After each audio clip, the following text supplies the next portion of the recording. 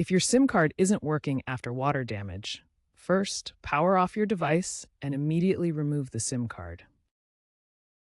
Look for visible signs of corrosion on the metal contacts.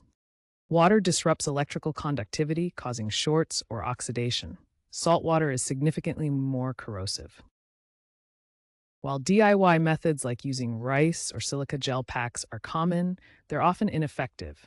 These methods aim to absorb moisture, but may not prevent corrosion.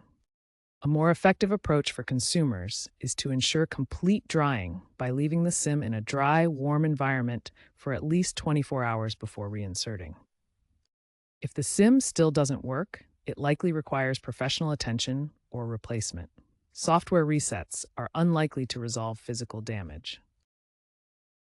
Professional repair services use specialized equipment like desiccators, which are dehumidifiers, and ultrasonic cleaners to remove moisture from water-damaged SIM cards without causing further damage.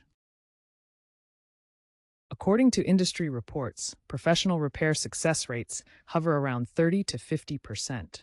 However, if the SIM card chip itself is damaged, data recovery may not be possible and replacement becomes necessary.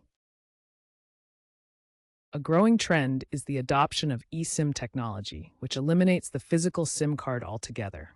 As of 2025, many new smartphones ship with eSIM-only or hybrid options.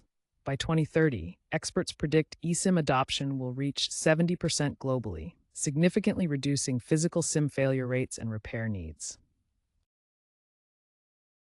Consider switching to eSIM if available through your carrier, as it offers a more resilient and convenient alternative to traditional SIM cards.